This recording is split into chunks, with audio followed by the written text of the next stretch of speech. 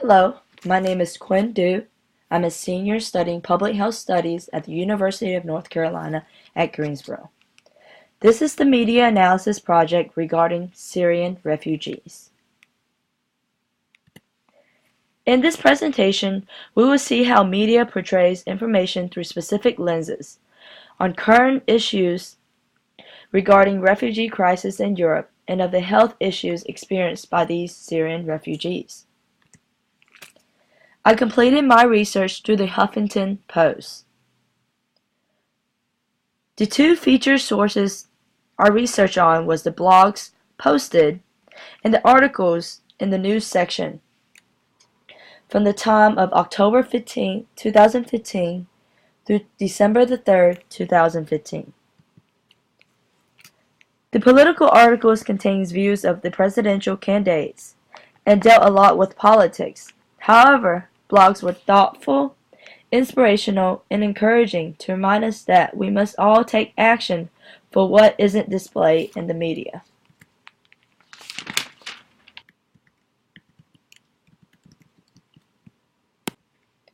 The verbs used in the context were war, support, views, advocate, and impact.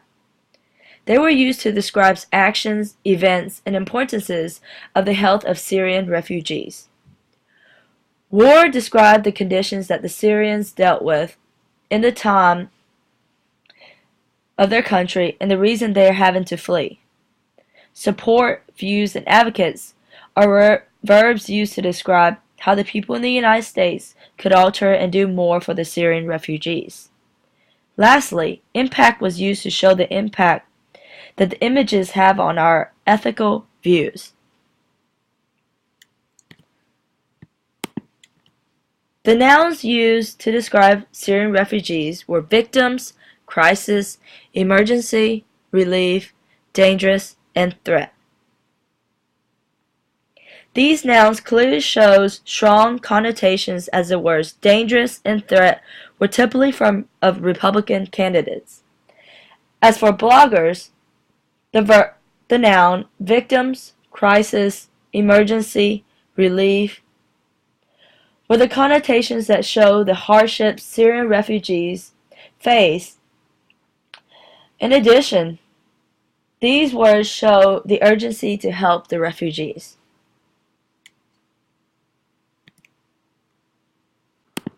Clearly, the attitude, tone, and demeanor of the blogger compared to the reporter was that bloggers were more understanding and sympathetic because they looked beyond just scapegoating for the presidential campaign, but it's more in depth of experience and facts.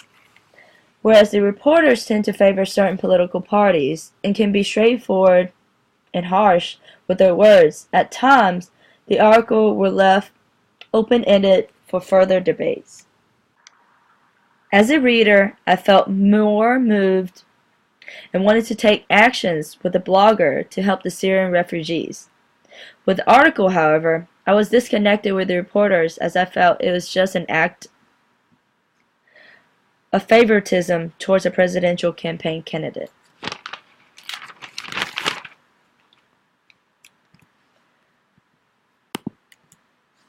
In this next slide, I have for you an analysis chart of the Huffington Post. The blogs are represented in a light blue color and articles were represented in a yellow.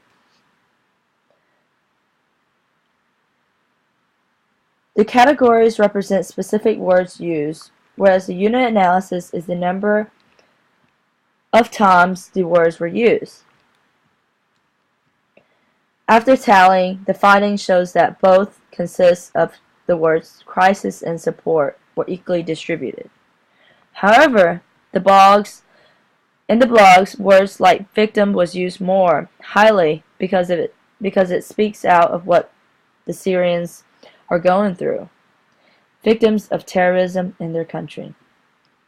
Whereas the word refugees is used more in political articles, because to others that are reporting, they are just seen as refugees who are trying to enter the United States, despite the fact they are pushed out of their own country.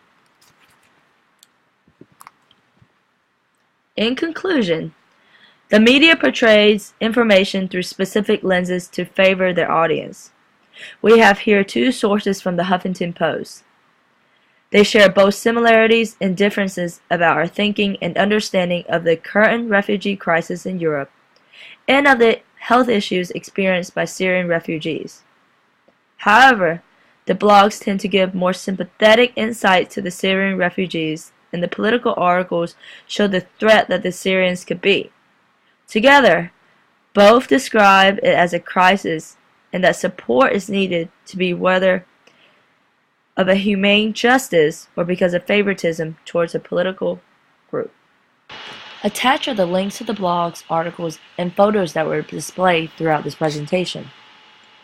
Thank you for your time.